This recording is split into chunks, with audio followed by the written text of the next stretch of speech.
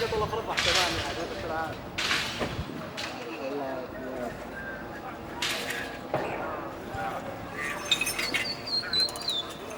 تمام.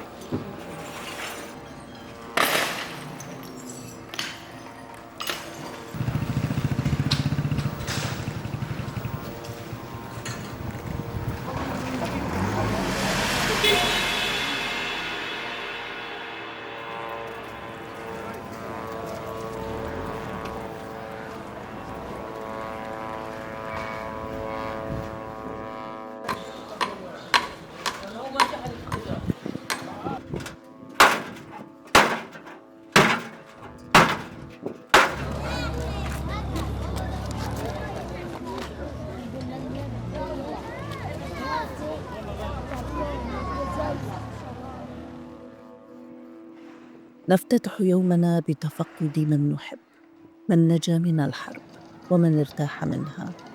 نبدأ بالتفتيش في قائمة الأسماء الصاعدة إلى السماء. في كل يوم تتسع بوابة السماء لحشد أكبر من الأحبة الذين يرحلون.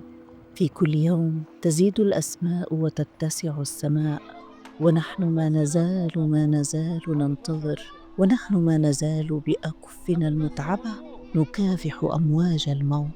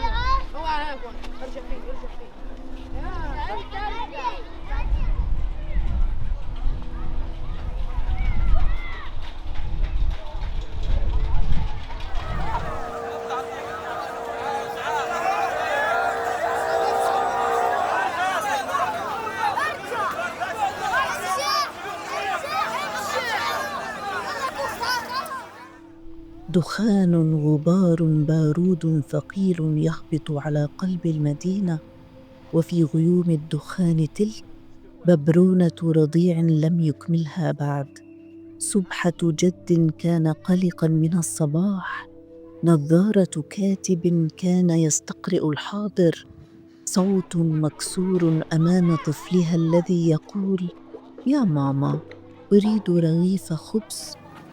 عرق شاب لم يرفع جالونات الماء لبيته بعد، صوت تناثر خرز فستان زفاف لصبية ألغيت حياتها في غيمة الدخان تلك.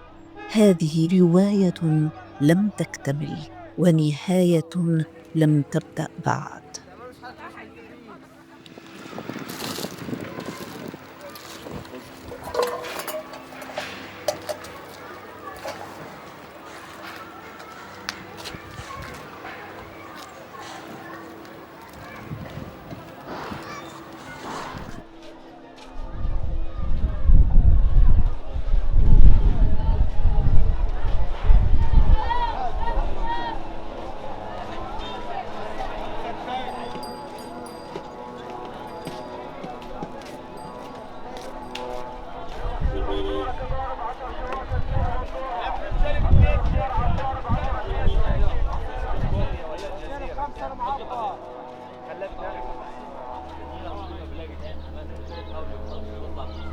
بخرب الدنيا كلها والله، عقد الدنيا بالبلد. هو بيقول لك شكل الوضع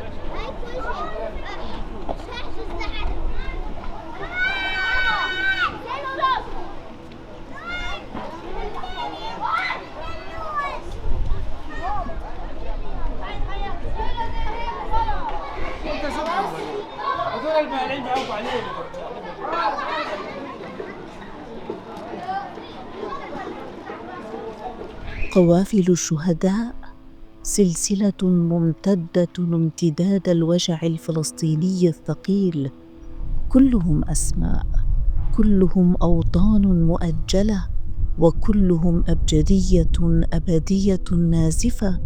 فأسماء الشهداء كلها مصحوبة بواو عطف. استشهد فلان وأمه وأبوه وأبناؤه ومربعه السكني وذاكرته وأحلامه وأيام كانت تنتظره، وهكذا والعطف يطول. هم ليسوا شهداء مجهولين، هم أحمد ومحمد وعطاف ياسمين تالا خالد. هم حروف عربية يحبها الله وتحفظها لغة الأرض.